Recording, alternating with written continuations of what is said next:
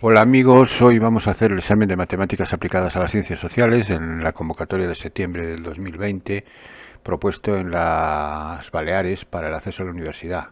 El examen de julio se encuentra también resuelto en este mismo canal en vídeos anteriores. Comenzamos con el ejercicio número 1 del bloque A, que dice así: Bernardo quedó con unos amigos en un bar y tomaron 4 cervezas, 3 bocadillos y 5 cafés con leche. Todo ello les costó 19,50 euros. Días atrás había ido al mismo bar con su primo Martín y por 2 cervezas, un bocadillo y 2 cafés con leche pagaron 8,10 euros. En este bar todas las cervezas valen lo mismo y todos los bocadillos tienen el mismo precio. Apartado A, identificar las variables e interpretar el enunciado con un conjunto de ecuaciones lineales. Bueno, esto es muy sencillo, el apartado A, puesto que lo primero que vamos a denotar son las incógnitas del problema, que son el precio de la cerveza, le vamos a llamar X, al precio del bocadillo le vamos a llamar Y, y al precio del café con leche le llamamos Z, y teniendo en cuenta estas tres incógnitas, vamos a escribir el hecho de que 4 cervezas, 3 bocadillos y 5 café con leche costaron 19,50 euros. Eso simplemente es que 4x más 3y más 5z es igual a 19,50. Esa sería la primera ecuación. Y la otra, ¿qué ocurrió días atrás? Bueno, pues que habían ido al mismo bar, por lo tanto los precios son los mismos. 2 cervezas, un bocadillo y 2 cafés con leche, pues 2x más y más 2z igual a 8,10. Esa sería la otra ecuación. Me dice que en el bar las cervezas valen lo mismo para que alguien no pueda pensar que si se toman 2 cervezas de distinta marca cambian los precios. Bueno, no, porque evidentemente sí, entonces no se podría realizar el ejercicio, no con estas no se podría plantear de esta manera. Por eso me dan el dato de que valen lo mismo, aunque ya debemos presuponer que efectivamente deben valer lo mismo tanto las cervezas como los bocadillos. Bien, pues eso sería el apartado A, simplemente indicar las dos ecuaciones que nos da el problema. Y ahora me dice, el apartado B me dice: hoy Bernardo ha vuelto con otros amigos y han tomado 2 cervezas, 2 bocadillos y 3 cafés. Combinarlo con las ecuaciones del apartado A, es decir, cogiendo estas dos, para deducir cuánto han pagado en total. Bueno, si han tomado 2 cervezas, 2 bocadillos y 3 cafés, a esta ecuación hay que añadirle la ecuación 2x más 2y más 3z igual a lo que han pagado en esta ocasión, que le vamos a llamar A. Le vamos a llamar A. Aquí tenemos la ecuación que hay que añadir a las del apartado A, las del apartado A. Y se trata de averiguar A. Bueno, pues para averiguar A lo que vamos a hacer es utilizar el método de Gauss, escribiendo la matriz de los coeficientes de las incógnitas y la columna de la matriz ampliada. Y aquí tenemos obtenemos esta matriz. Entonces vamos a hacer ceros. Sabemos que el procedimiento de Gauss consiste en hacer ceros por debajo de la diagonal, en este caso donde están los doses, este 2, 2 y 2, ahí vamos a hacer ceros, o a tratar de hacer ceros. ¿Cómo consigo un 0 en este 2? Bueno, pues un 0 en este 2 lo consigo multiplicando la fila 2 por 2, así obtendría 2 por 2, 4, y restándole a la primera. Si a la fila 2 la multiplico por 2 y le resto a la primera, obtengo un 0 aquí. Para hacer un 0 en el 2 de la fila tercera, pues hago lo mismo. A la fila tercera lo multiplico por 2 y le resto la primera fila. Es decir, voy a hacer, aquí tengo, indico aquí lo que voy a hacer, obteniendo la siguiente matriz. Aquí está. Vamos a ver cómo la segunda fila se convierte. Sería 2 por 2, 4, menos 4, 0. 2 por 1 es 2, menos 3, menos 1. 2 por 2, 4, menos 5, menos 1. Y 2 por 8,1 es, pues, 16,2. Menos 19,5, eso me va a dar menos 3,3. Y la tercera fila, 2 por 2, 4, menos 4, 0. 2 por 2, 4, menos 3, 1. 2 por 3, 6, menos 5, 1. Y 2 por A, 2A, menos 19,5, lo que dejo indicado, 2A menos 19,5. Ahora tenemos que hacer un 0 donde está este 1, porque repito que el método de Gauss consiste en hacer ceros por debajo de la diagonal.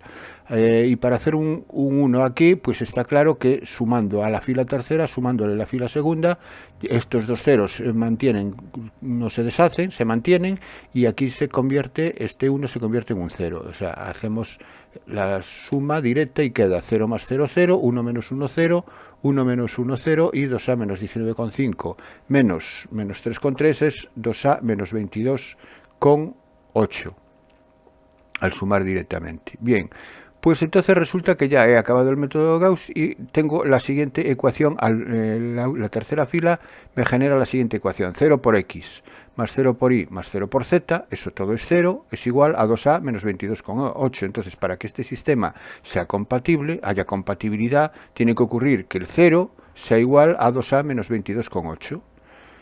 Para que 2a menos 22,8 sea 0, ¿cuánto tiene que valer a? Pues a tiene que valer 22,8 dividido entre 2, que sería igual a 11,40. Y este es precisamente lo que me pide el apartado B. Me pide que calcule cuánto han pagado en total. Y en total han pagado A, que es 11,40 céntimos de euro.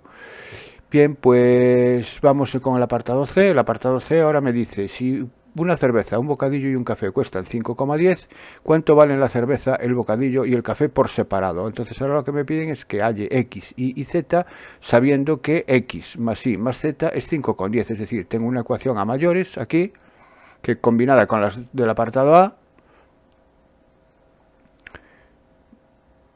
combinadas con el del apartado A, que aquí la tengo, X más Y más Z, la nueva ecuación sería X más Y más Z igual a 5,10. Eso sería la que me aporta el apartado C. Y ahora por el método, con las dos del apartado A, resuelvo por el método de Gauss también.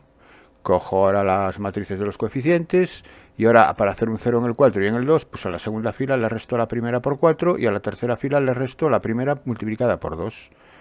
Obteniendo, aquí ya no lo explico cómo lo hago, ya lo expliqué anteriormente el procedimiento, obteniendo esto, y ahora para hacer un 0 en este menos 1 de aquí, bueno, aquí ya no hace falta hacer ceros, porque fijaros que esta ecuación que me queda aquí, ya al tener un solo valor distinto de 0 en la matriz principal, esta ecuación equivale a menos y igual a menos 2,1, con lo cual ya la puedo despejar y, así que ya no voy a transformarlo por Gauss, ya lo hago directamente, quedaría menos y igual a menos 2 por 1, de donde y es igual a 2,1, o 2 euros con 10 céntimos. Eso es el precio del bocadillo. Ahora subo a la segunda fila y me quedaría la ecuación menos y más z igual a menos 0,9. Aquí la tengo, menos y más z igual a menos 0,9, pero como y valía 2,10, puedo despejar z, que es menos 0,9 más 2,10, y 0,9 más 2,10 me da 1,20, es decir, 1 euro con 20 céntimos es lo que cuesta el café con leche. Y por último subo a la ecuación x más y más z igual a 5,1, que sustituyendo y por 2,10 y z por 1,20, obtengo que x es igual a 5,1 menos y menos z, y sustituyendo, como decía, y haciendo la operación, me queda que x es 1 euro con 80, que es lo que costaría cada cerveza. Bueno, pues este sería el ejercicio 1 del bloque A. Vamos con el ejercicio 2 del bloque A. Me dan una función y sabemos que su derivada es 2x al cubo menos 18x. A partir de aquí me piden que determine los intervalos de crecimiento y decrecimiento de la función. Bueno, los intervalos de monotonía, es decir, los intervalos de crecimiento y decrecimiento, vienen caracterizados por el signo de la derivada. Es decir, cuando la derivada es positiva, la función es creciente. Cuando la derivada es negativa, la función es decreciente. Entonces lo que tengo que estudiar es el signo de f' de x. Pero para estudiar el signo de f' de x, lo primero que voy a estudiar es cuando se anula, cuando es igual a 0. Entonces, para f la derivada es 0, cuando 2x al cubo menos 18x es igual a 0, aquí sacamos factor común a 2x que multiplica x al cuadrado menos 9 igual a 0, y de esta manera ya vemos inmediatamente cuáles son las raíces de o soluciones de esta ecuación. Una es x igual a 0 y la otra es x al cuadrado igual a 9, de donde x es igual a más menos 3. Entonces esta tiene tres soluciones, que son 0, menos 3 y 3. Bien, como esta es la derivada y sabemos que la función de partida, la función igual a f de x, es una primitiva de esta, vamos a suponer que es esta, que es x a la cuarta partido por 2 menos 9x al cuadrado más k, ¿sí? Este es un polinomio de grado 4 cuyo dominio es todo R. Entonces, los puntos críticos donde se anula la derivada me dividen el dominio en los siguientes intervalos. Me lo dividen desde menos infinito hasta menos 3, va a tener un signo. Desde menos 3 hasta 3 va a tener, hasta 0, que también era raíz, va a tener otro signo. Desde 0 hasta 3 va a tener otro, y de 3 a más infinito va a tener otro. Entonces queda el dominio desde menos infinito hasta más infinito, que es todo R, queda troceado mediante los puntos donde se anula la derivada. Y ahora vamos a estudiar el signo de la derivada en esos intervalos. Para estudiar el signo de la derivada, lo que hago ahora es coger un punto cualquiera de estos intervalos, lo sustituyo en la derivada y veo si es positivo o es negativo. Entonces, la derivada en menos 4, pues si sustituyo menos 4 por x en la derivada me va a dar menos 56, que es negativo, y si la derivada es negativa, eso quiere decir que la derivada será negativa en todo el intervalo, porque ya no se vuelve a anular, solamente se anulaba en menos 3, en 0 y en 3. Entonces, si aquí es negativo, lo es en todo el intervalo. Si la derivada es negativa en todo el intervalo, la función es decreciente. En menos 3 y 0, pues cojo el menos 1 y sustituyo en la derivada el menos 1. Y me va a dar menos 1, al sustituirlo aquí me va a dar 16, que da positivo. Entonces la función es creciente. Entre 0 y 3, pues cojo el 1. Puedo coger cualquiera. Estoy cogiendo valores del intervalo que son muy fáciles de evaluar luego en la función. Por ejemplo, el 1. Entonces, al coger el 1, me da 16, que es negativo, la función es decreciente.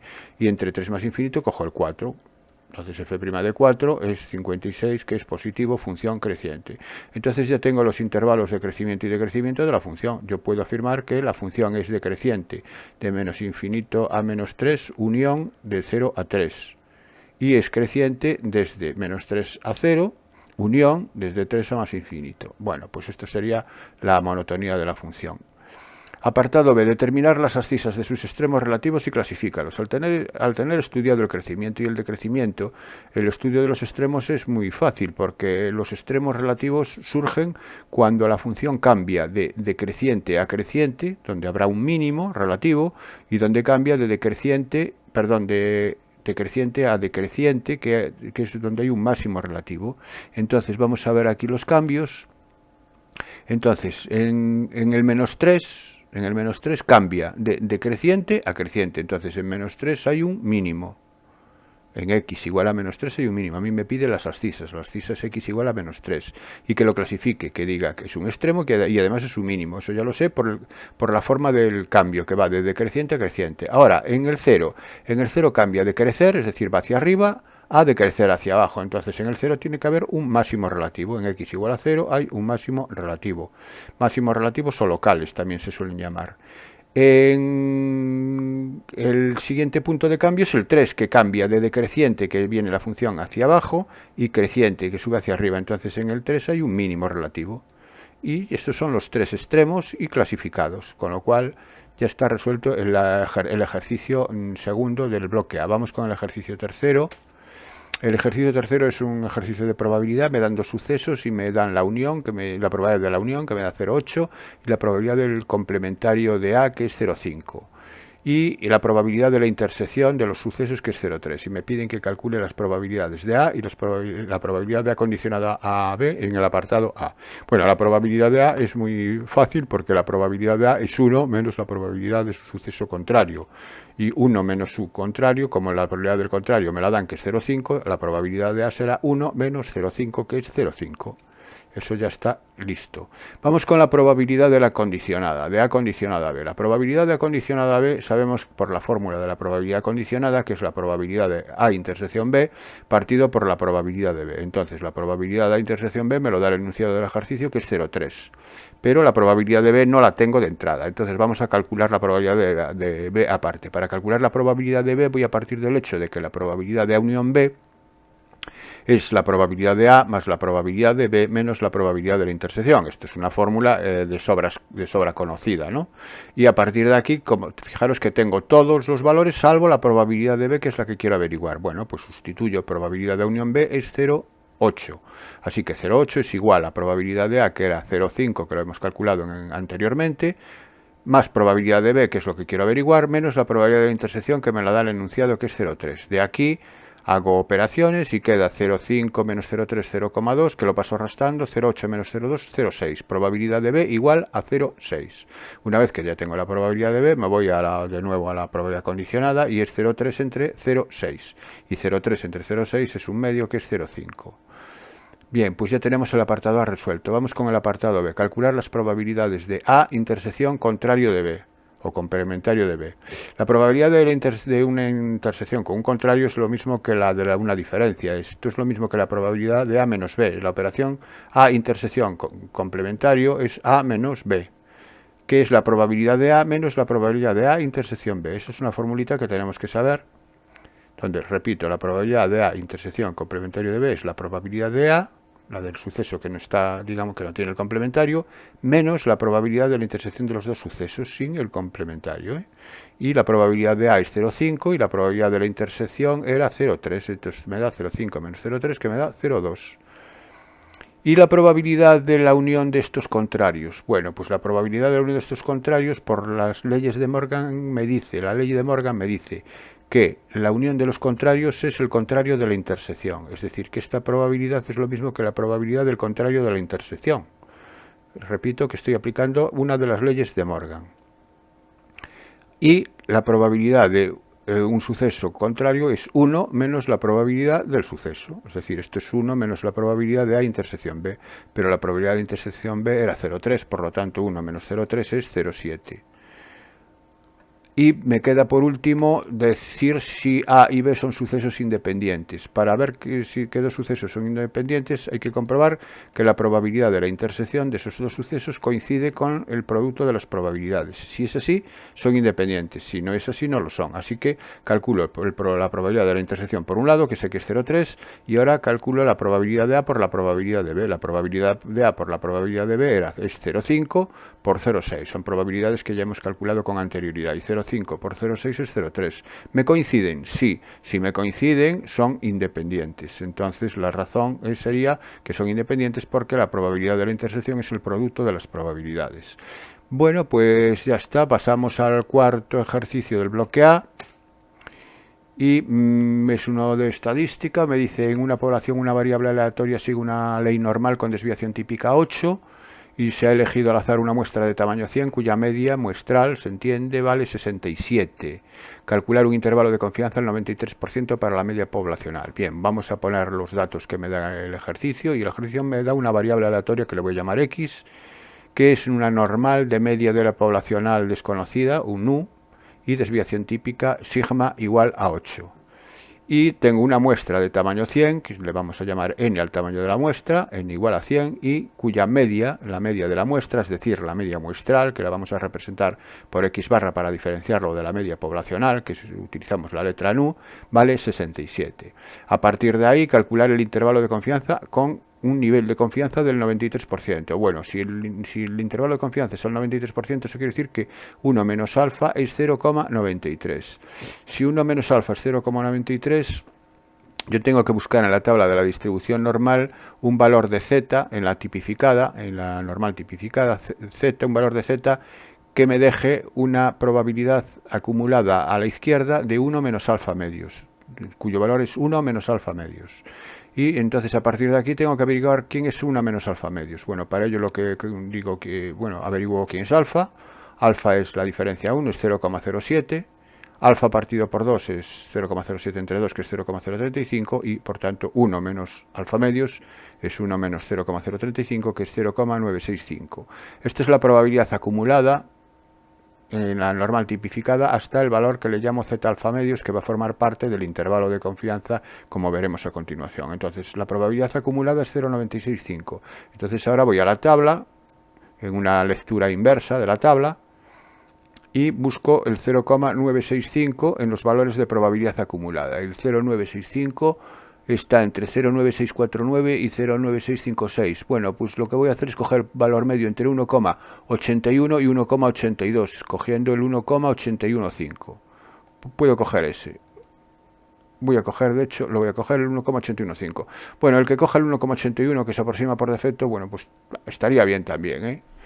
Yo voy a tomar este valor de z. Y entonces, una vez que ya tengo el valor de z, y tengo todos los demás datos aquí, sé que el intervalo de confianza para la media poblacional viene dada por la siguiente fórmula: media muestral más menos z alfa medios, que es este valor, que es el valor característico z alfa medios, que es un 815, por sigma partido raíz de n, donde sigma vale 8 y donde n vale 100. Bueno, pues ya tengo todo, es decir, que cojo, entonces el intervalo es 67, que es el centro de mi intervalo, más menos 1,815 por 8 partido por raíz de 100. Este más menos quiere decir que le estoy sumando y restando el radio al centro para obtener el extremo inferior del intervalo y para obtener el extremo superior. Entonces voy a calcular el radio por separado y queda 67 más menos esta operación que tengo aquí a la derecha. Después del más menos me da 1,452. Así que si resto, obtengo el extremo inferior del intervalo, que es 65,548, y si sumo, obtengo el extremo superior del intervalo, obteniendo ya el intervalo completo, que es este que tenemos aquí. Esto quiere decir que la media de la población, a partir de la muestra de tamaño 100, está comprendido entre 65,54,8 y 68,452 con una probabilidad de acertar en la afirmación del 93%, o de 0,93, de probabilidad 0,93.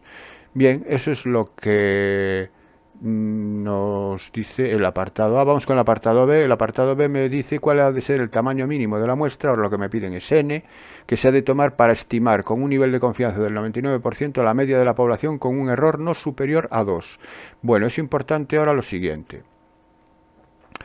Primero, que cambia el nivel de confianza con respecto al apartado A y ahora es 0,99 porque me dice que es el 99%. Entonces el valor Z alfa medios también va a cambiar. El valor Z alfa medios va a ser mayor que 1,815 también porque el nivel de confianza también aquí es mayor. Bueno, pues vamos a averiguar el Z alfa medios para este caso, para este nivel de confianza. Entonces alfa es igual a 0,01, alfa medios 0,005.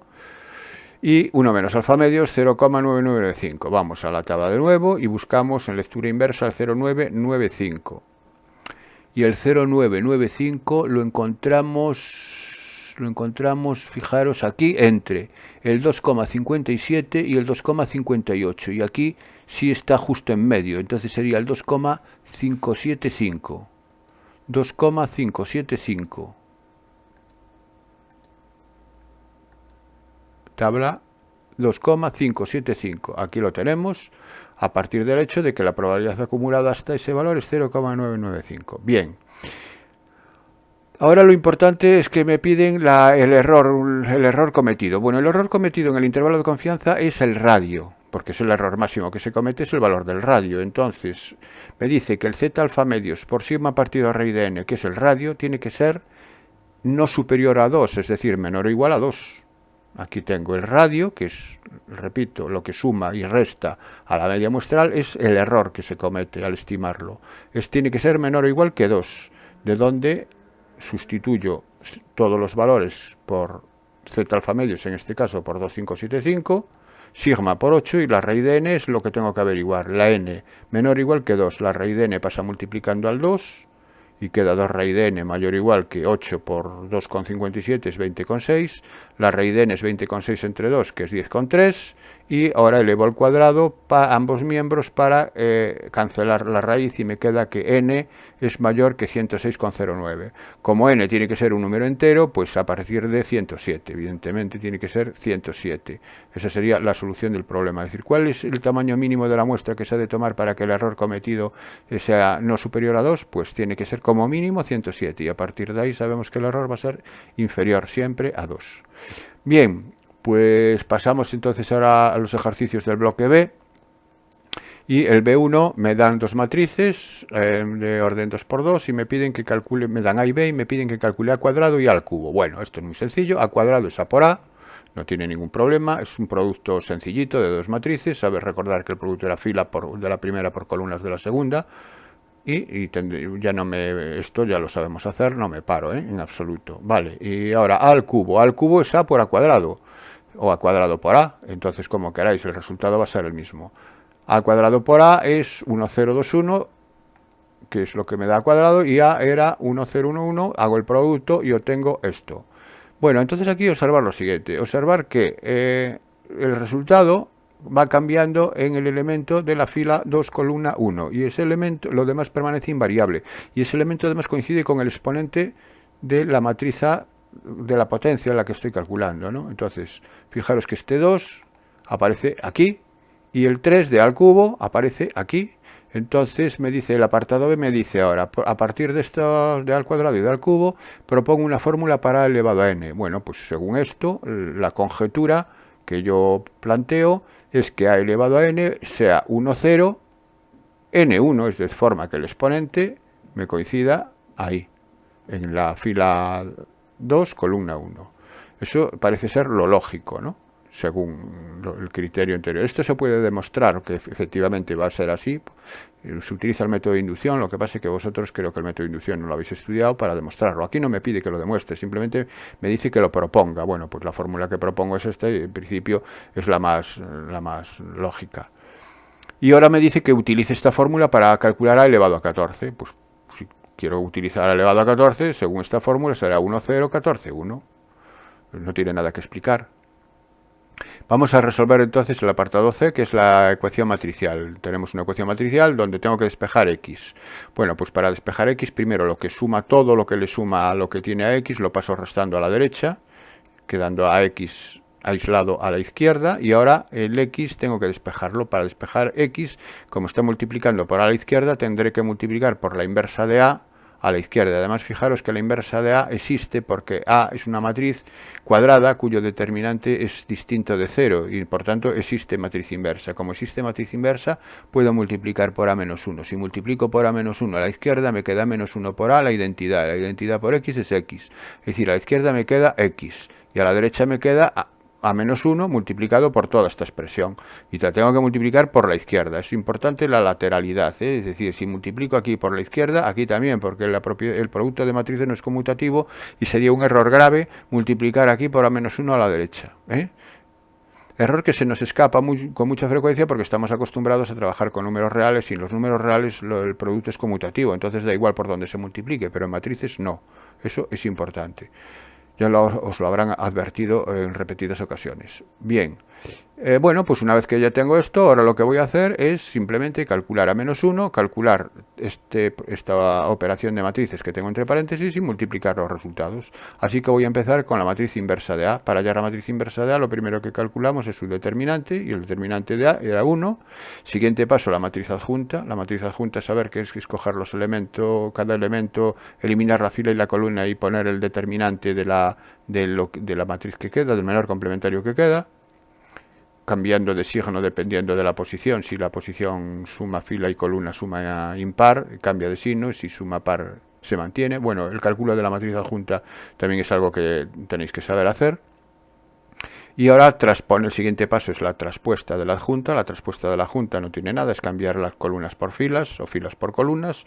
Y por último, dividir la traspuesta de la adjunta por el determinante de A. Lo que pasa es que como el determinante de A es 1, no va a haber variación al dividir y por tanto esta matriz que tenemos aquí coincide con la inversa. Esto va a ser precisamente la inversa. Bien, pues ya tengo la matriz inversa. El siguiente paso es calcular esta otra matriz. Entonces, 2A menos 1/5 de la traspuesta de B por B. Pues voy a escribir las matrices. 2A es 2, 0, 2, 2, porque es 2 por A. 2 por A es 2 por todos los elementos de A, y me queda esta matriz. 1/5, en principio lo dejo como está. La traspuesta de B, pues cojo B y la transpongo. Aquí sería la matriz traspuesta de B, y por B y B. Eso la tengo en el enunciado. Bien, ahora hago este producto que aparece aquí a la derecha, y este producto de 1201 por 1021 me queda 5221. Al multiplicarla por 1/5, multiplicar un número por una matriz es multiplicar todo ese número por todos los elementos de la matriz. Me quedaría aquí 1, 2/5, 2/5, 1/5. Y ahora hago la resta, componente a componente, siempre restando los elementos que ocupan la misma posición, obteniendo esta matriz. Esto sería el total de 2A menos 1/5 de la traspuesta de B por B. Y por último me queda multiplicar a menos 1 por esta matriz, es decir, que X finalmente es a menos 1 por esto, que son los valores que he obtenido tanto para menos 1 como para la expresión que está entre paréntesis, y ahora hago el producto. Y el producto de estas dos matrices finalmente me va a dar el valor de esta matriz, que va a ser la matriz que estoy buscando, o matriz X. Despejada realmente estaría aquí ya, ¿no? Aquí está indicado ya despejado, pero si me piden que averigüe X, conociendo las matrices A y B, tendría que hacerlo hasta el final, expresando X en forma de matriz. Bien, pasamos al ejercicio siguiente del bloque B. Un taller de joyería dispone de 150 gramos de plata y 180 horas de trabajo para producir 2 modelos de anillos. Para hacer un anillo del modelo A se necesitan 6 gramos de plata y 3 horas de trabajo, mientras que para hacer uno del modelo B se necesitan 2 gramos de plata y 6 horas de trabajo. Los anillos de los modelos A y B proporcionan respectivamente 35 y 55 euros de beneficio por unidad. Plantear la optimización del beneficio de la joyería como un problema de programación lineal. Bueno, pues como todo problema de programación lineal, lo primero que tenemos que indicar son las incógnitas con las que vamos a trabajar. ¿Qué es lo que me pide? Lo que me pide es aquí al final, me dice, sabiendo que se venderá toda la producción, determinar cuántos anillos de cada modelo hay que producir. para obtener el máximo beneficio. Eso sería realmente el problema de programación lineal. Entonces, vamos a llamar X a los anillos del modelo A y ahí a los anillos del modelo B. Bien, una vez que ya tenemos estos, vamos a escribir las restricciones que se correspondan al enunciado del ejercicio. Entonces, me dice, aquí tengo dos cuestiones, que son que los anillos se van a construir con plata y con horas de trabajo, ¿no? Entonces, ¿qué restricciones tiene la plata? Bueno, pues vamos a ver las restricciones en los gramos de plata.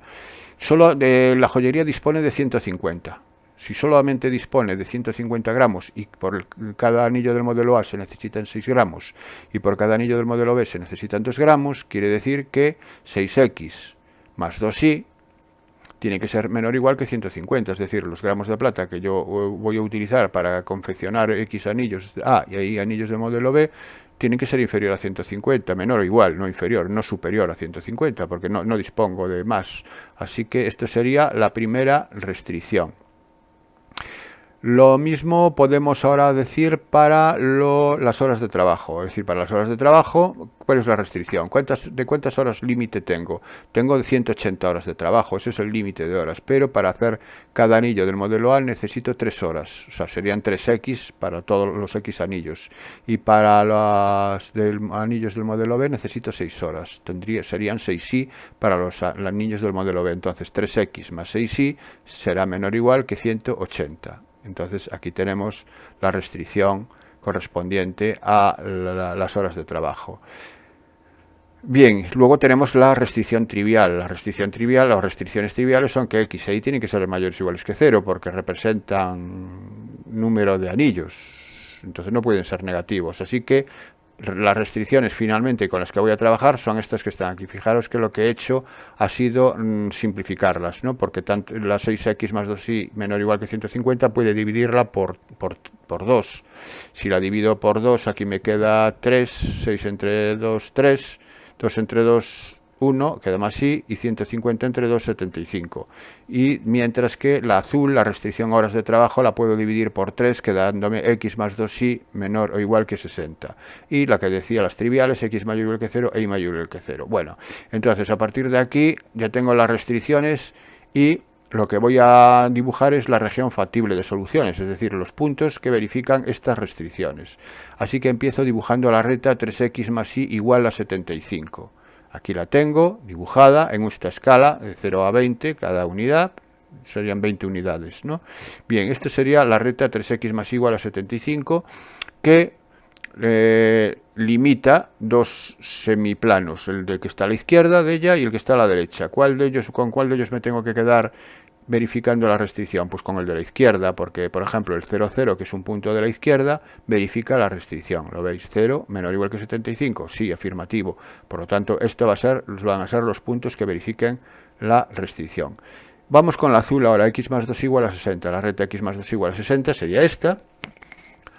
Y la restricción son los puntos que están por debajo de la recta, porque, repito, el 0, 0 también verifica esta restricción. Entonces vamos a ir solapando los puntos de una con los de otro y vamos obteniendo la región factible. Y por último, X mayor o igual que 0 y mayor o igual que 0, lo único que me indica es que tengo que trabajar en el primer cuadrante. Entonces está claro que en la región factible es este cuadrilátero irregular que aparece aquí, sombreado, aquí lo tenemos. Eso sería todos los puntos contenidos en ese cuadrilátero, incluidos los puntos que están en los lados, forman parte también de aquí, los que están en los lados son el igual de las desigualdades, pues todos esos puntos son soluciones que verifican las restricciones. Bueno, pero yo lo que quiero es calcular dónde el beneficio es máximo, y el beneficio viene dado por la función objetivo, que es esta que aparece aquí, que es 35X más 55Y, porque me dice que cada anillo del tipo A me produce un beneficio de 35 euros y cada anillo del tipo B un beneficio de 55.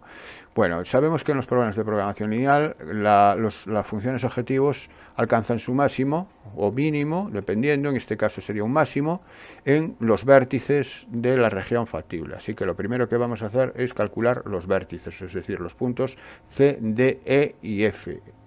Entonces vamos a calcular el punto C. El punto C es la intersección del eje de las Y, que es X igual a 0, con la recta en este caso la dibujada como azul, que es x más 2 igual a 60. Si x es 0, 2y es 60, y es igual a 30, y el punto es el 0, 30. Entonces, vamos con el punto D. El punto D es la intersección de la recta azul y la recta verde, y resolviendo este sistema de ecuaciones, lo resolvéis y os queda x, 18 y 21. Entonces el punto es el 18, 21. En la resolución del sistema de ecuaciones no entro, porque esto lo tenemos que resolver sobradamente, ¿eh? Tenemos que saberlo sobradamente. Y vamos con el punto E. El punto E es el eje de las x, que es igual a 0, con la recta verde, que es 3x más igual a 75, si es igual a 0, 3x es 75, y x es 75 entre 3, que es 25. Así que el punto es el 25, 0.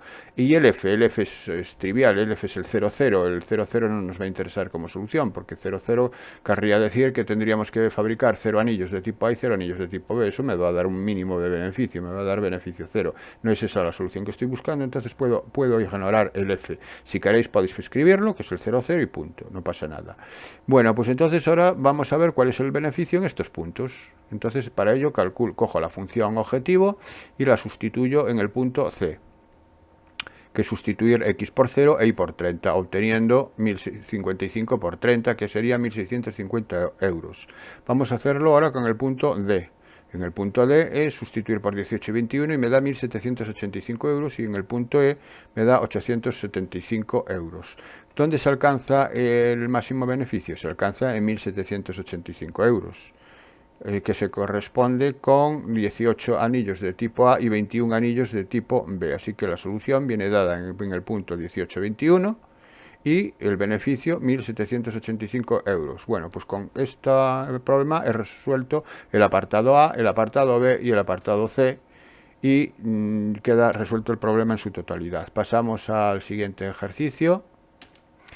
Y me dice: los beneficios semanales de una empresa expresados en euros cuando se fabrican y venden X objetos se ajustan a la función. Bien, me dan una función beneficio, y aquí la tengo, es un polinomio de grado 2, eso va a ser una parábola, a una rama de parábola, porque me lo limita en el dominio útil entre 20 y 80, es un dominio acotado entre 20 y 80. Me piden en el apartado A el beneficio que se obtiene fabricando y vendiendo 20 objetos. Bueno, pues esto es inmediato, porque si el beneficio que me dan es la función b de x y x representa el número de objetos que se fabrican y venden, es simplemente sustituir x por 20 en la función, es decir, que el apartado A es b de 20, y b de 20, al sustituir x por 20 en la función, voy a obtener, bueno, haciendo las operaciones correspondientes, me va a dar 0.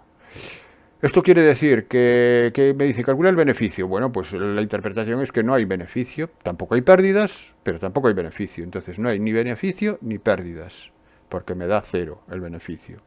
Bien, apartado B, calcular el número de objetos que ha de fabricar y vender para obtener el beneficio máximo. Beneficio máximo es una función, la función B, calcular su máximo.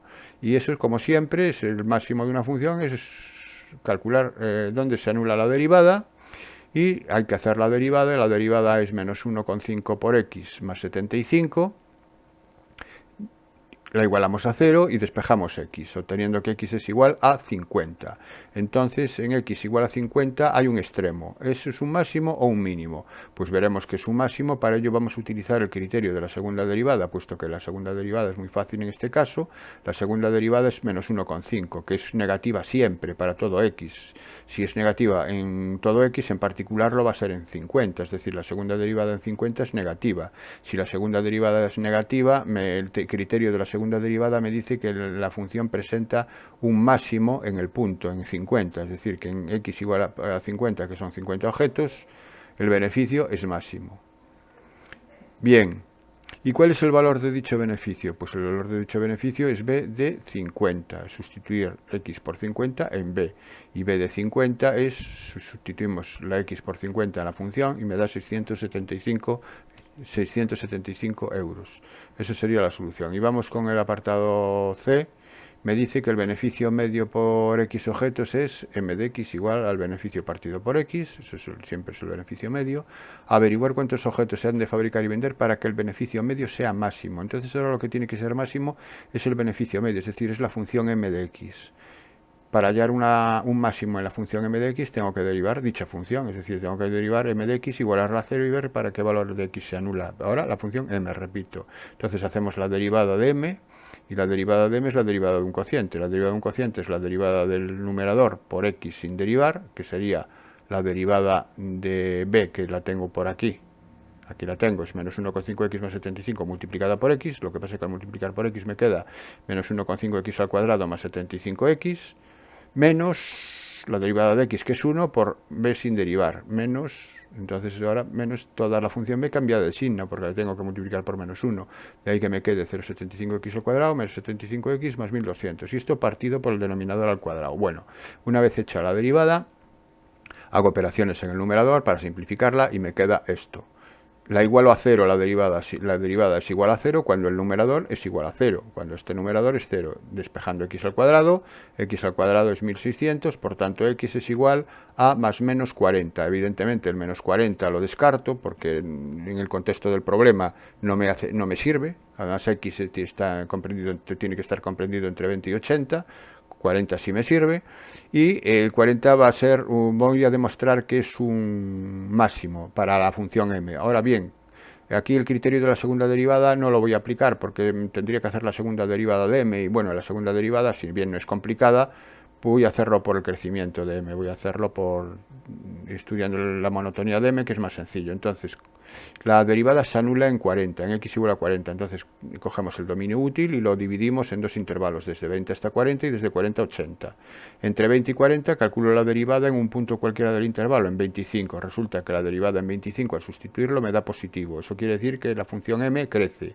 Y ahora en el intervalo 40-80 sustituyo el punto 50 en la derivada y me da que decrece. Si cambia de crecer a decrecer, quiere decir que en 40 hay un máximo, que era lo que pretendía demostrar. Entonces tenemos un máximo relativo en x igual a 40. Averiguar cuántos objetos ha de fabricar y vender para que el beneficio medio sea máximo. 40 objetos, esa sería la respuesta. ¿Y cuánto vale dicho beneficio? Pues dicho beneficio va a valer m de 40, es decir, el beneficio en 40 partido por 40. Sería b de 40 partido por 40, b de 40 sustituir por 40 en la x, y me da 600, y 600 entre 40 son 15. 15 euros por objeto. Eso sería el beneficio medio. Y ese sería el ejercicio B. Pasamos al siguiente ejercicio. Este es un problema de probabilidad que dice que en una población el tanto por ciento de personas que miran cierto programa de televisión es del 40%. Se sabe que el 60% de las personas que lo miran tienen estudios superiores y que el 30% de las personas que no lo miran carecen de estudios superiores. Interpreta los datos proporcionados en términos de sucesos, probabilidades y probabilidades condicionadas. Bien, lo primero que voy a hacer antes de acometer el ejercicio es hacer el diagrama de árbol de este sistema de probabilidad, y sería lo siguiente. Elegimos una persona y esa persona puede mirar la televisión o puede no mirarla, y llamo a los sucesos T, ver la televisión, y el TC, el suceso complementario, no ver la televisión. ¿Cuál es la probabilidad de T? La probabilidad de T pues es 0,4, porque me dicen que la miran el programa el 40%. Entonces aquí sería esta rama 0,4 probabilidad. Entonces la del contrario es 0,6, la diferencia 1, sería el 60% restante. Si mira el programa, pueden ocurrir dos cosas: que tenga estudios superiores o que no los tenga. Entonces, tanto en el caso que lo mire como en el caso que no lo mire. En el caso de que lo mire, entonces el tener estudios superiores sería, me dice que el 60% de las personas tienen estudios superiores, así que aquí sería 0,6. Y luego me dice que el 30% de las personas que no lo miran, es decir, el 30% de las contrario de T, no carecen de estudios superiores. Si no tienen estudios superiores, estamos hablando de el DE complementario. Entonces aquí sería 0,3. Y ahora podemos completar las ramas. Aquí sería 0,4 y aquí sería 0,7 para que la suma me dé 1. Bueno, ese sería el diagrama del árbol. Ahora pues pasamos a escribir lo que me pide el ejercicio. Apartado A, interpreta los datos en términos de sucesos. Bueno, en términos de sucesos sería T, ver la televisión. Le llamo el suceso T, ver la televisión. Sería el suceso T. El suceso E, tener estudios superiores. El TC, contrario de ver la televisión, es decir, no ver la televisión. Y no tener estudios superiores sería el no E, contrario de. Eso sería en términos de sucesos. Ahora bien, en términos de probabilidad, los datos proporcionados me dice que el 40% miran la televisión, es decir, ven el programa de televisión, es decir, que la probabilidad del suceso T es 0,4. Eso sería en términos de probabilidad el dato 40%. Y ahora me dice, se sabe que el 60% de las personas que lo miran, es decir, el 60% de los que son de T, tienen estudios superiores. Eso es una probabilidad condicionada. La probabilidad condicionada de E a T, es decir, la probabilidad de E condicionado a T, es 60%, 0,6. Y por último me dice que el 30% de las personas que no lo miran carecen de estudios superiores, es decir, que el 30%, la probabilidad de que no tenga estudios superiores condicionado a que no lo miren el programa es 0,3. Eso es la probabilidad de contrario de condicionado a contrario de t, es 0,3. Esto sería en términos de probabilidad y de sucesos Bueno, vamos con el apartado B. ¿Cuál es la probabilidad de que una persona tenga estudios superiores? Pues me voy aquí al diagrama de árbol y tener estudios superiores es la probabilidad de E, bien condicionado a T o bien condicionado a contrario de T. Es decir, que sería, la probabilidad de sería 0,4 por 0,6 por un lado, más 0,6 por 0,7. Aquí hay un error porque me dice, a ver qué me dice. Me dice cuál es la probabilidad de que una persona tenga estudios superiores. Bueno, sí, hay un error. Es 0,4 por 0,6 más 0,6 por 0,7, que es tener estudios superiores. Entonces aquí este 0,3 es incorrecto, es un 0,6. Bueno, el resultado no va a ser el resultado correcto porque, repito, que está arrastrado aquí un error, pero bueno, tenedlo en cuenta. Ya os queda dicho y queda detectado el error. Y vamos con el apartado C que me dice averigua la probabilidad de que una persona que tenga estudios superiores mire el programa citado. Entonces aquí es una condicionada, donde la condicionada es tener estudios, la condición es tener estudios superiores, es decir, es E, y me piden la probabilidad de que mire el programa, es decir, de T, probabilidad de T condicionado a E, eso es lo que me están pidiendo, y la probabilidad de T condicionado a E es la probabilidad de T intersección E partido por la probabilidad de E. La probabilidad de T intersección E es 0,4 por 0,6 y la probabilidad de E la he calculado en el apartado anterior que era 0,45 según con mi error, manteniendo mi error. Si no mantenéis el error, pues si arregláis el error, lo que os dé. Y hacéis la operación y os da el resultado correspondiente. Bueno, este también es un ejercicio sencillo. Y con esto me parece que se acaba todo el examen. Queda resuelto. Espero que os haya servido de ayuda y, como siempre os digo, vuestro profesor es el que tiene la última palabra. Os espero en el próximo vídeo.